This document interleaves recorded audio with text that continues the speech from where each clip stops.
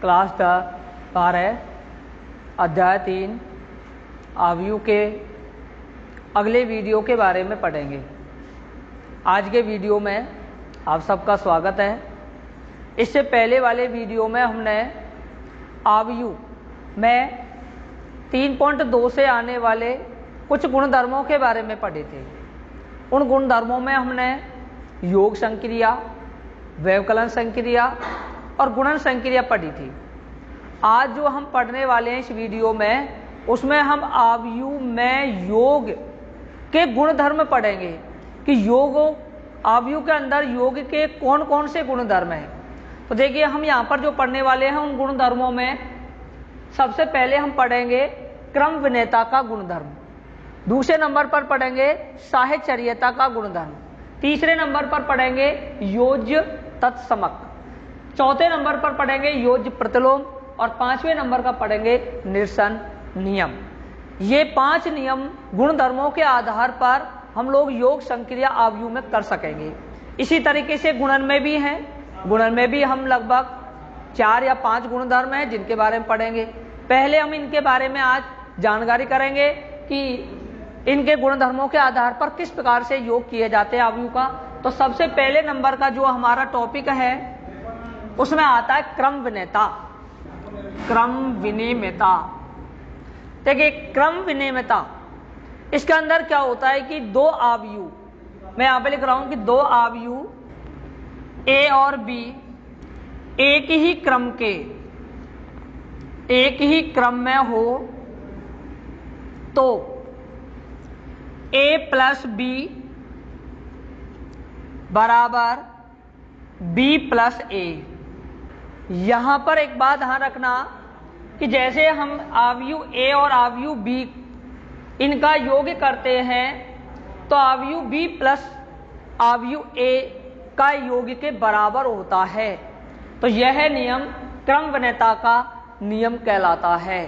हम अवयव a plus b, अब मान लीजिए उदाहरण के तौर पर मैं माना कि अवयव a बराबर aij जो हमारा m गुणा n क्रम का है। इसी तरीके से मैंने दूसरा अवयव bij बराबर, ये भी हमारा m गुणा n क्रम का है। तो यहां पर हम ये जांच करेंगे कि जैसे a प्लस b, यदि हम अवयव a प्लस b बराबर करते हैं तो मान रखने पर aij m गुणा n प्लस b का मान रखेंगे bij m गुणा n क्रम का। यहां पर हम इसका योग करते हैं तो यहां से हम लिख सकते हैं अवयव कोष्टक में aij प्लस bij m गुणा n। अब हमें क्या करना है कि हम क्रम विनयता का नियम लगाते हैं। तो यहां पर अपन लिख सकते हैं क्रम विनिमयता गुणधर्म के आधार पर जैसे aij प्लस bij m गुणा n क्रम का है तो इसको अपन लिख सकते हैं इस प्रकार। मैंने क्रम बदल दिया, इसको मैंने क्रम बदल के इस प्रकार लिख दिया कि bij प्लस aij m गुणा n। मैंने पहले aij प्लस bij था क्रम विनयता के नियम के अनुसार, मैंने क्या किया पहले bij प्लस aij किया।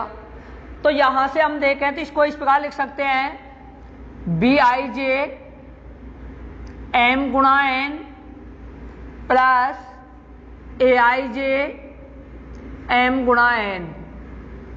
यदि हम यहां पर देखें तो हमने aij m गुणा n अवयव a के बराबर है, bij m गुणा n अवयव b के समान है। यहां से हम इसका मान रख दें तो यहां से हमें प्राप्त हो जाता है b प्लस a। इस तरीके से हम ये सिद्ध कर सकते हैं, ये सिद्ध कर पाए हैं कि a प्लस b क्रम विनयता के नियम के अनुसार b प्लस a के बराबर होता है। तो अब हमने सबसे पहले अवयव के योग गुणधर्म में पहला गुणधर्म क्रम विनेयता का पढ़ा। क्रम विनेयता में हमने क्या पढ़ा है कि यदि दो अवयव ए और बी दोनों एक ही क्रम में हो तो हम ये कह सकते हैं कि a प्लस बी बराबर b प्लस ए के होता है। यहाँ से हम अपन ने उदाहरण के तौर पर जैसे माना कि अवयव a बराबर ए आई जे एम गुणा n क्रम का है, b बराबर बी आई जे एम गुणा क्रम का है, दोनों एक ही क्रम के हैं। जिसके अंदर ये अवयव दिए गए हैं, दो अवयव हैं, इनका योग किया, a और b का मान रखा, मान रखने पर मैंने इसको एक क्रम में इस प्रकार योग किया। इसका मैंने क्रम बदला, क्रम के रूप में मैं चेंज किया कि पहले वाले को दूसरे पर, दूसरे को पहले, मतलब पहले मैंने जो यहाँ पर था उसको यहाँ पर पहले लिखा और पहले वाले को यहाँ पर लिखा, तो इसका क्रम विनेयता का नियम बन गया। इसके अनुसार अपन ने इस प्रकार से प्राप्त किया, बी आई जे अलग अलग तोड़ के लिखा, तो इस प्रकार हमें इसका मान b और इसका अवयव a के रूप में व्यक्त किया। तो हम ये सिद्ध कर किया कि a प्लस बी बराबर b प्लस ए होता है। इसके बाद इसी नियम के अनुसार हम एक उदाहरण के तौर पर प्रश्न लेते हैं और प्रश्न के अनुसार अपन इसका सत्यापन करते हैं। तो देखिए मैं यहाँ पर एक उदाहरण अब ले रहा हूँ। ये मैंने आपको किस प्रकार से परिवर्तन होता है क्रम विनेयता के नियम के अनुसार उसको सिद्ध किया। अब हम एक उदाहरण के तौर पर प्रश्न लेकर के सिद्ध करके बताते हैं। माना कि अवयव A जिसके अंदर अवयव मैंने लिखे 5, 3, 2, 6, ये मैंने 2 गुणा 2 क्रम का लिखा। इसी तरीके से एक अवयव B लिया और B बराबर मैंने यहाँ पर लिखा 6, 7, 8 -3 और ये भी हमारा 2 गुणा 2 क्रम का है।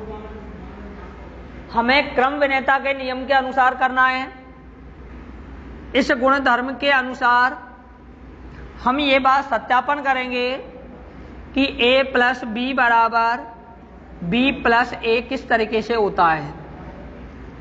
तो ये बात सत्यापन करने के लिए सबसे पहले मैं LHS भाग को हल करते हैं। LHS में जैसे a प्लस बी, अवयव a हमारा है 5, 3, 2, 6 जिसके अवयव हैं, प्लस दूसरा अवयव b जिसके अंदर अवयव हैं 6, 7, 8 -3, ये भी 2 गुणा 2 क्रम का है। अब हम क्या करेंगे, अवयव इसके अवयवों को इसके अवयव में जोड़ेंगे। तो अपन ये जानते हैं कि पहला अवयव पहले अवयव के साथ जुड़ेगा, दूसरा अवयव दूसरे के साथ जुड़ेगा, तीसरा तीसरे के साथ, चौथा चौथे के साथ। कल हमने योग संक्रिया में हमने ये बात पढ़ी थी किस प्रकार से एक अवयव को दूसरे अवयव में योग संक्रिया की जाती है। तो उसी के अनुसार हम इसको जोड़ेंगे आज। अब तो यहां से a प्लस बी बराबर 5 + 6, यहां लिखेंगे 3 + 7, यहां से लिख सकेंगे 2 + 8, यहां से लिख सकेंगे 6 -3, क्योंकि ये माइनस का है तो आप प्लस के स्थान पर चिन्ह बदल के माइनस हो गया। तो a प्लस बी बराबर 6 और 5 11, 7 और 3 10, 8 और 2 10 और यहाँ पे बचे 3। तो इस तरीके से हमारा ये भी एक 2 गुणा 2 क्रम का अवयव प्राप्त हुआ, a प्लस बी का योग। अब हमें ये सत्यापन करना है कि LHS हमने अवयव इस क्रम में प्राप्त एक नया अवयव प्राप्त हुआ है, तो हम अब LHS से RHS को भी सिद्ध करना चाहेंगे। तो RHS में भी हमें इसके बराबर ही प्राप्त होना चाहिए। तो RHS में चलते हैं अब हम। तो RHS में भी हम लिखेंगे b प्लस ए, अवयव b में अवयव a को जोड़ेंगे। तो b में a को जोड़ते हैं तो b अवयव के अवयव हैं, b अवयव के अवयव 6, 7, 8 -3 प्लस a अवयव के अवयव हैं 5, 3, 2, 6। इस तरीके से हमने अवयव a में b में अवयव a को जोड़ा। अब जोड़ने पर इनके अवयवों को संगतों को जोड़ते हैं। 6 + 5 7 + 3 8 + 2 -3 + 6। अब हम इसको प्राप्त कर सकेंगे योग करने पर b + a बराबर 6 × 5 = 11, 7 × 3 = 10, 8 × 2 = 10 और -3 में से 6 गए तो प्लस के 3। ये हमें इसे मान लेते हैं, ये भी हमारा 2 × 2 क्रम का है। इसे मान लेते हैं समीकरण 1, इसे मान लेते हैं समीकरण 2। समीकरण 1 जो अपना LHS भाग है उसके अवयव और जो हमने RHS अवयव में समीकरण 2 में प्राप्त किया है, इस अवयव और इस अवयव के अवयव में 11, यहाँ पर 11, यहाँ पर 10, 10, 10, 10, 3 और 3 समान प्राप्त हुए हैं। अतः हम कह सकते हैं समीकरण 1 व 2 से कि a + b बराबर होता है b + a। तो ये हमारा क्रम वरीयता का नियम के अनुसार हम इस प्रकार से दो अवयवों का योग कर सकते हैं। तो पहली जो नंबर की शर्त हमने पढ़ी है, पहली नंबर की शर्त जो क्रम वरीयता के नियम के अनुसार, गुणधर्म के अनुसार हम योग संक्रिया करते हैं तो हम दो अवयवों के योग संक्रिया इस तरीके से कर सकेंगे। तो क्रम वरीयता में केवल दो अवयव होंगे और दो अवयवों का योग हम इस प्रकार से प्राप्त कर सकते हैं और क्रम वरीयता के अनुसार अवयव a + b का योग b + a के योग के बराबर होता है। तो यह हमारा पहला क्रम वरीयता का नियम समाप्त होता है। तो इस तरीके से क्रम वरीयता का नियम प्राप्त हुआ। अब आता है दूसरा, और दूसरा जो हमारा है वो हमें यहां पर होगा साहचर्यता का नियम। साहचर्यता गुणधर्म के अनुसार हम किस प्रकार से योग संक्रिया कर सकेंगे। तो या साहचर्यता में क्या होता है कि हमारे पास 3 अवयव दिए होंगे।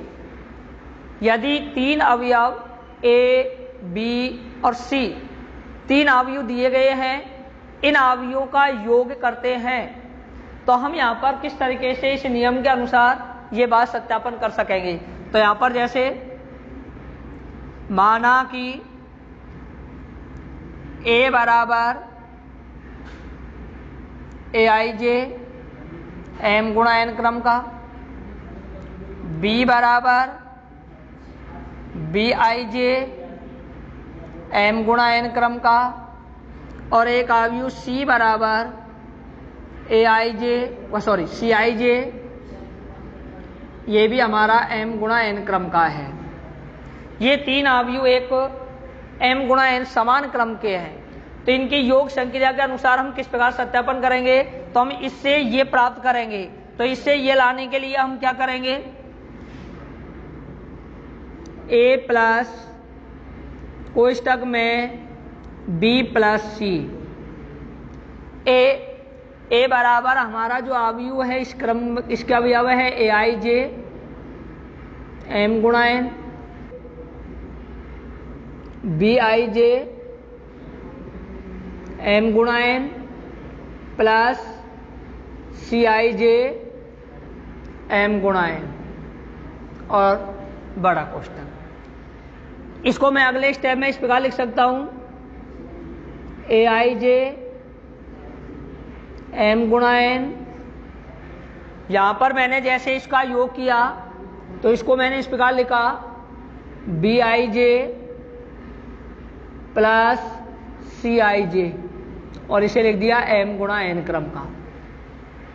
इसमें यदि हम जैसे इसका योग करके इसका योग करेंगे तो अगला स्टेप में मैं इस प्रकार लिख सकता हूं कि aij plus bij plus cij और ये मैंने m × n क्रम में लिख दिया।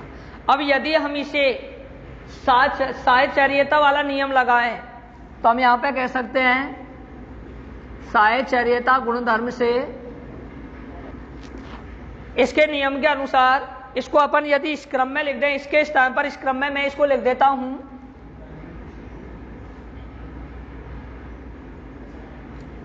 बड़ा कोष्टक में। अब मैं इसको थोड़ा इस प्रकार कर देता हूं, इसको बाहर ले लेता हूं, इसको ऐसे अंदर लिख देता हूं। तो aij प्लस BIJ, और यहाँ मैंने मजला कोष्ठक लगाया और यहाँ मैंने m गुणा n क्रम में लिखा और प्लस CIJ, और यहाँ पर मैंने मजला कोष्ठक में m गुणा n क्रम में। मैंने इसको इस प्रकार साहचर्यता के नियम के अनुसार परिवर्तन कर दिया। तो इसके अनुसार अपन इसको अब क्या लिख सकते हैं, तो यहाँ से अपन इसको इस प्रकार लिख सकते हैं, आप AIJ प्लस BIJ और m गुणा n क्रम का, प्लस इसको लिख सकते हैं CIJ और m गुणा n क्रम का। अब देखिए यहाँ पर अपन इसके स्थान पर और इसके स्थान पर अपन इनके अवयव A B जो अपन है यहाँ पर इनको इस क्रम में लिख दें, तो इसको अपन लिख सकते हैं A प्लस B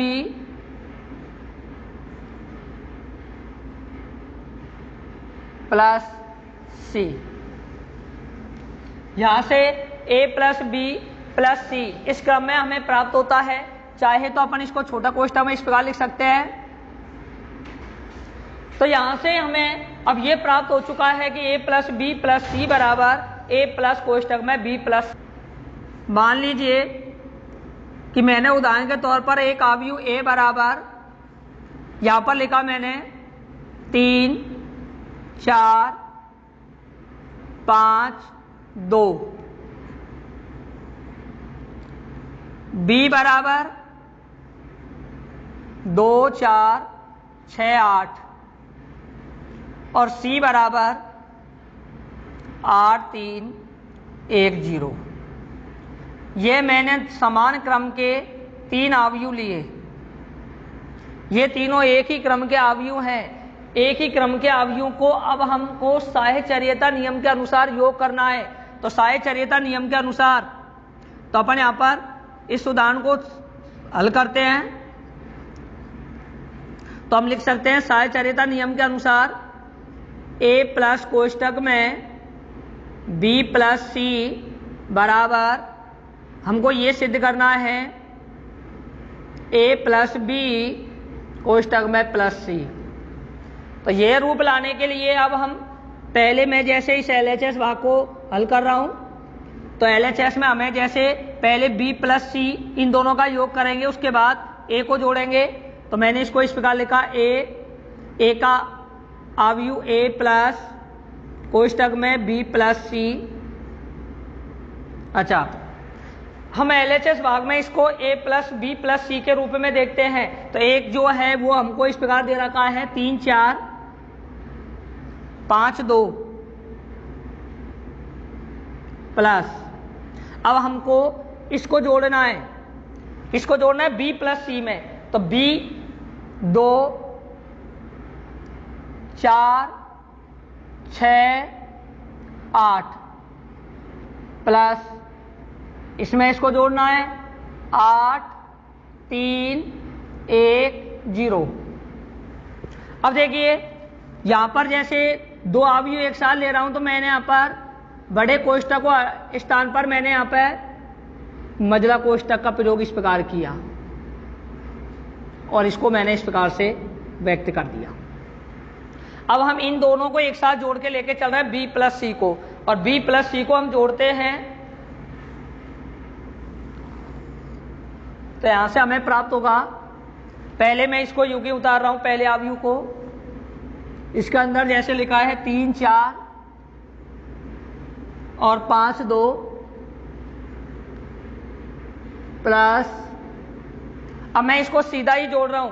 जैसे 2 में 8 जोड़ेंगे तो 2 और 8 हो जाएगा 10। इधर हम 4 में 3 को जोड़ेंगे तो हो जाएगा 7। इधर हम 6 में 1 को जोड़ेंगे तो हो जाएगा 7, और इधर 8 में 0 को जोड़ेंगे तो हो जाएगा 8। अब हम इन दोनों अवयवों को एक साथ फिर जोड़ेंगे। तो यहां से इनको जोड़ने पर हमें प्राप्त होगा 3 और 10 13, 4 में 7 जोड़ेंगे तो 11, 5 में 7 जोड़ेंगे तो 12, और 2 में 8 जोड़ेंगे तो 10। ये हमें इस प्रकार से समीकरण 1 प्राप्त होता है, जिसको हम इस प्रकार लिख सकते हैं ए प्लस कोष्टक में बी प्लस सी बराबर हमें ये प्राप्त हो गया 13, 11, 12, 10, 2 गुणा 2 क्रम का। इसे मान लिया मैंने समीकरण नंबर 1। अब ये हमारा LHS से अब हमें RHS प्राप्त करना है। RHS में मैंने इस प्रकार लिख रखा है जैसे A प्लस बी प्लस सी। तो मैं पहले यहां पर A प्लस बी को जोड़ रहा हूं, तो मैंने इस प्रकार लिख दिया मझला कोष्टक में, इसको लिखा मैंने A एक जो है वो उसके अवयव है 3, 4, 5, 2 प्लस बी के अवयव है यहाँ पर, जैसे बी को जोड़ेंगे तो यहाँ पर अपन लिख देंगे 2, 4, 6, 8 प्लस इधर हम सी के अवयव हैं 8, 3 और 1, 0। इस प्रकार से मैंने A प्लस बी और अलग से B प्लस सी, इस प्रकार से C अलग जोड़ करके इसका क्रम साहचर्यता वाला नियम लगा दिया। इसके अनुसार हम लिख सकेंगे, इनको जोड़ते हैं, मैं यहीं पर जोड़ रहा हूं सीधा ही। 3 और 2 हो गया 5, 4 और 4 हो गया 8, 5 और 6 हो गया 11, 2 और 8 हो गया 10 प्लस इधर हमारा जो C आव्यूह है वो इस प्रकार है, इसको अपन लिखेंगे यहीं पर ऐसे कैसे 8, 3, 1, 0। अब इनको हम इसमें इसको जोड़ते हैं तो यहां से हमें प्राप्त होगा 5 और 8 13, 8 और 3 11, 11 और 1 12 और 10 में 0 जोड़ेंगे तो 10। इसका मतलब हमें जो RHS भाग है इसका योग हमें इस प्रकार प्राप्त हुआ है A plus B plus C बराबर आ गया 13, 11, 12, 10। ये भी 2 गुणा 2 क्रम का। इसे मान लेते हैं समीकरण नंबर 2। देखिए समीकरण 1 में A प्लस कोष्टक में B प्लस सी का ये एक आव्यूह नया प्राप्त हुआ है जिसका अवयव 13, 11, 12, 10। इधर हमने जब इसका साहचर्यता नियम के अनुसार इसको हल किया तो इधर का जो अपना RHS भाग है इसमें भी A plus B plus C बराबर वो ही अवयव प्राप्त हुआ है। तो इससे स्पष्ट है कि साहचर्यता नियम के अनुसार अब हम ये कह सकते हैं यदि 3 आव्यूह A, B, C एक ही क्रम के होते हैं तो हम यह कह सकते हैं कि A प्लस कोष्टक में B प्लस सी बराबर होता है कोष्टक में A plus B plus C के। तो इस प्रकार से हम साहचर्यता नियम के अनुसार योग गुण धर्म को आसानी से कर सकते हैं। तो 3 आव्यूह दिए जाएं तो हम साहचर्यता नियम के अनुसार ऐसे हमें सवाल हल करने होंगे। इस प्रकार से हम समीकरण 1 और 2 से लास्ट में लिख देंगे। अतः समीकरण 1 व 2 से हम ये कह सकते हैं कि A कोष्टक में A प्लस कोष्टक में B प्लस सी बराबर B plus C A plus B कोष्टक प्लस सी के बराबर होता है।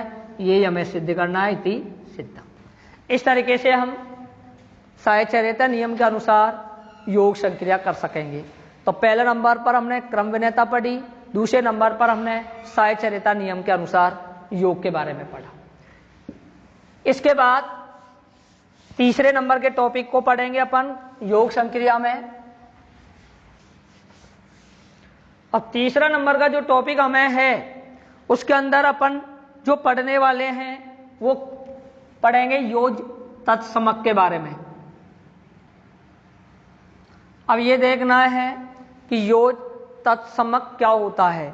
तो योज तत्समक का मतलब है कि यदि एक आव्यूह हमें एक आव्यूह A उसमें यदि एक शून्य आव्यूह को जोड़ दिया जाए, यदि हम किसी भी एक आव्यूह में शून्य आव्यूह को जोड़ दिया जाए तो उसका योग, उसका यदि एक क्रम विन्यता का नियम लगा दिया जाए तो हमको उसका योग उसी आव्यूह के बराबर प्राप्त होता है।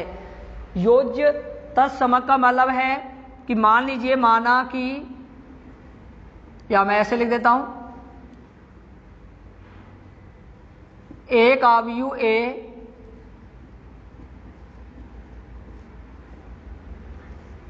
में शून्य अवयु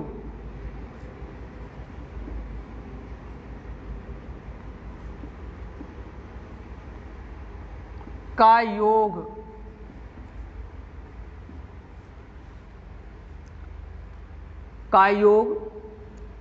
इस प्रकार हो कि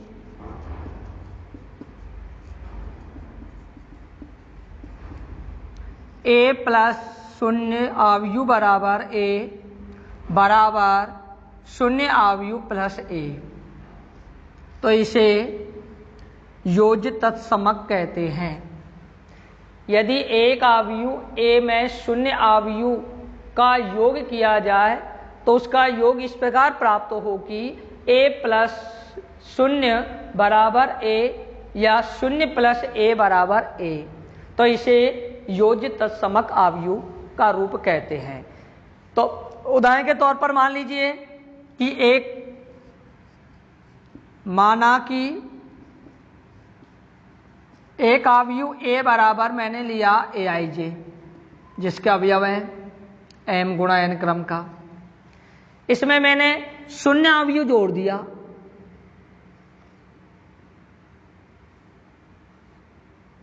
ये भी मैंने एम गुणा एन क्रम का लिया है। तो हम जब इस अवयु में इसको जोड़ेंगे तो ए प्लस शून्य अवयु करेंगे तो मतलब ए आई जे एम गुणा एन प्लस शून्य अवयु एम गुणा एन। तो इसका जोड़ने पर इसका योग यदि हमें ए प्राप्त होता है तो इस प्रकार से ऐसे भी किया जा सकता है इसको। ये तो हमने LHS भाग किया है, ऐसे हम RHS भाग के लिए चलें तो एक शून्य अवयु में एक अवयु को जोड़ दिया जाए। तो शून्य अवयु जैसे मैंने इस प्रकार लिखा, इसमें एक अवयु ए आई जे को इस प्रकार जोड़ा तो इसका योग जो हमें प्राप्त हुआ वो हमको वही शून्य अवयु जोड़ने पर वही क्रम प्राप्त हुआ जो पहले का अवयु था। तो इसे मान लेते हैं समीकरण 1 और इसे मान लेते हैं समीकरण 2। तो समीकरण 1 और समीकरण योग 2 का जब हमने इस प्रकार योग किया तो इसका योग समान वही प्राप्त हुआ जो पहले वाला अवयु था। तो समीकरण 1 व 2 से हम ये कह सकते हैं कि अवयु ए प्लस शून्य अवयु बराबर शून्य अवयु प्लस ए बराबर ए के। इसे ही हम योज्य तत्समक अवयु का गुणधर्म का योग संक्रिया के रूप में कर सकते हैं। तो जैसे अब इसके बाद होता है, इसका चौथा टॉपिक है गुणधर्म का योज्य प्रतिलोम।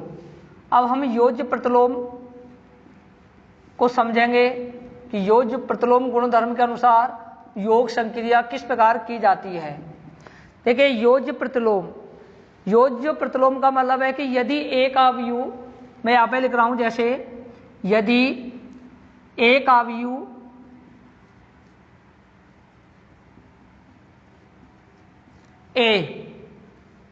एक अवयु ए बराबर, मैंने एक अवयु ए लिया और अवयु ए बराबर ए आई जे एम गुणा एन क्रम का, और माइनस ए बराबर ए आई जे माइनस ए आई जे, ये भी उसी क्रम एम गुणा एन क्रम का हो। तो ए प्लस माइनस ए बराबर ए आई जे एम गुणा एन माइनस ए आई जे एम गुणा एन बराबर ए आई जे माइनस ए आई जे बराबर हमें 0 प्राप्त हुआ।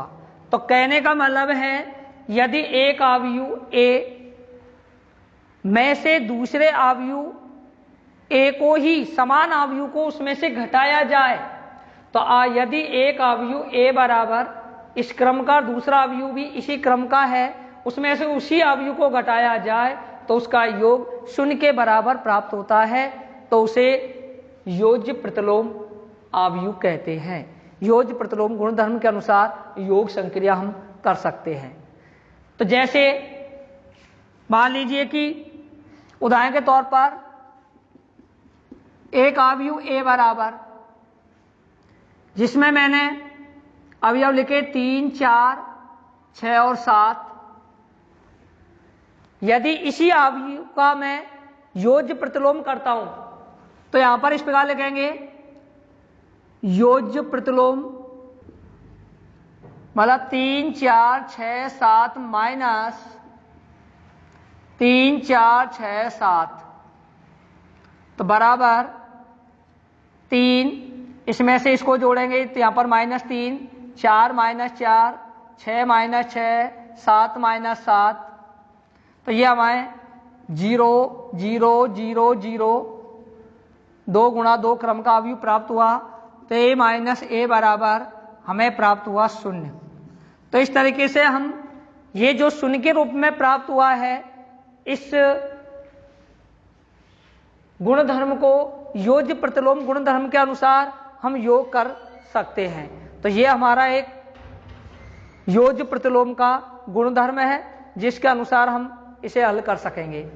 देखिए इसी तरीके से यहां पर अपन ने जैसे इसको किया है, चाहे तो हम इसको अगर सत्यापन करना चाहें तो हमें इसका योज्य प्रतिलोम किस प्रकार से शून्य के बराबर प्राप्त होता है उसके बारे में देखते हैं। अब मैं यहां पर आपको पुनः एक बार फिर समझा रहा हूं कि जैसे उदाहरण के तौर पर लिया है, इसी प्रकार अपन ने दो ये अवयव ए और -a में लिए, तो इनका अपन किस प्रकार से प्राप्त कर सकेंगे।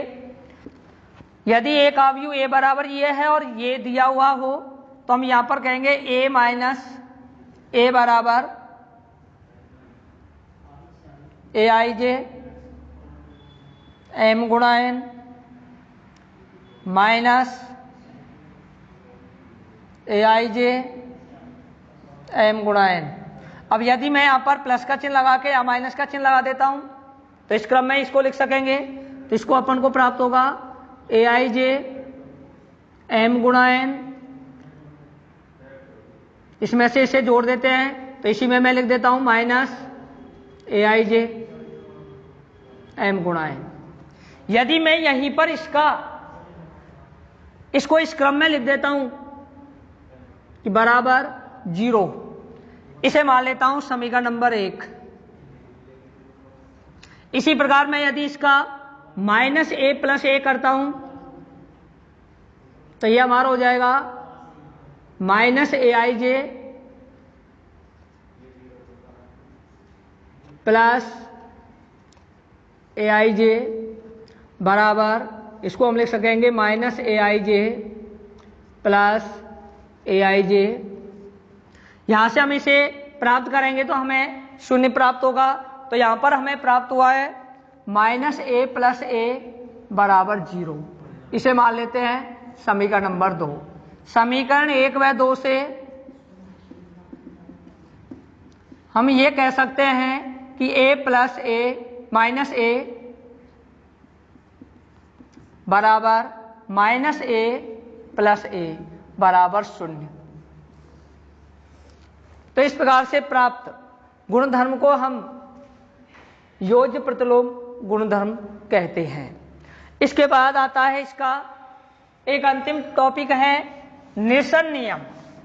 अब हम निरसन नियम के बारे में पढ़ेंगे कि निरसन नियम क्या है, किस तरीके से निरसन नियम के अनुसार हम हल कर सकेंगे। कि दो अवयव ए और बी, दो अवयव ए और बी एक ही क्रम में हो तो हम ये कह सकते हैं कि a + b बराबर b + a होता है। पहला नियम क्रम विलेयता नियम के अनुसार। दूसरा साहचर्यता नियम, इसके अनुसार यदि तीन अवयव ए, बी और सी एक ही क्रम में हो तो ए प्लस बी, ए प्लस कोष्टक में बी प्लस सी बराबर ए प्लस बी कोष्टक में प्लस सी के योग के बराबर होता है। तीसरा है योज्य तत्समक।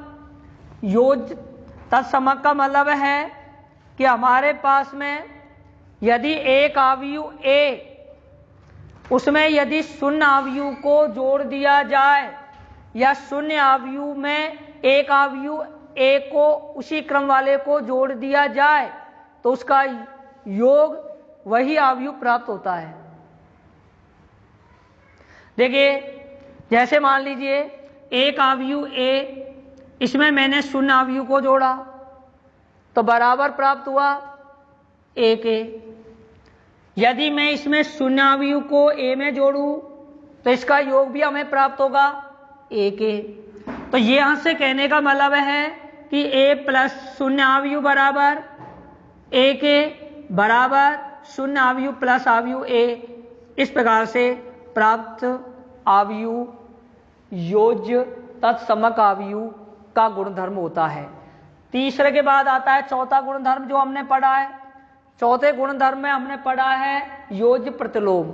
योज्य प्रतिलोम का मतलब है कि यदि एक अवयव ए और दूसरा अवयव माइनस ए हो, यदि उसको जोड़ा जाए ए माइनस ए प्लस माइनस ए बराबर किया जाए तो माइनस ए प्लस ए, तो इसका योग शून्य के बराबर प्राप्त होता है।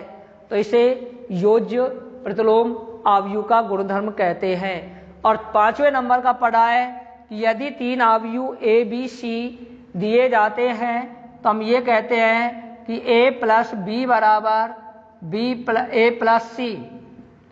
यह तभी लागू है जब बी अवयव बराबर होना चाहिए अवयव सी के।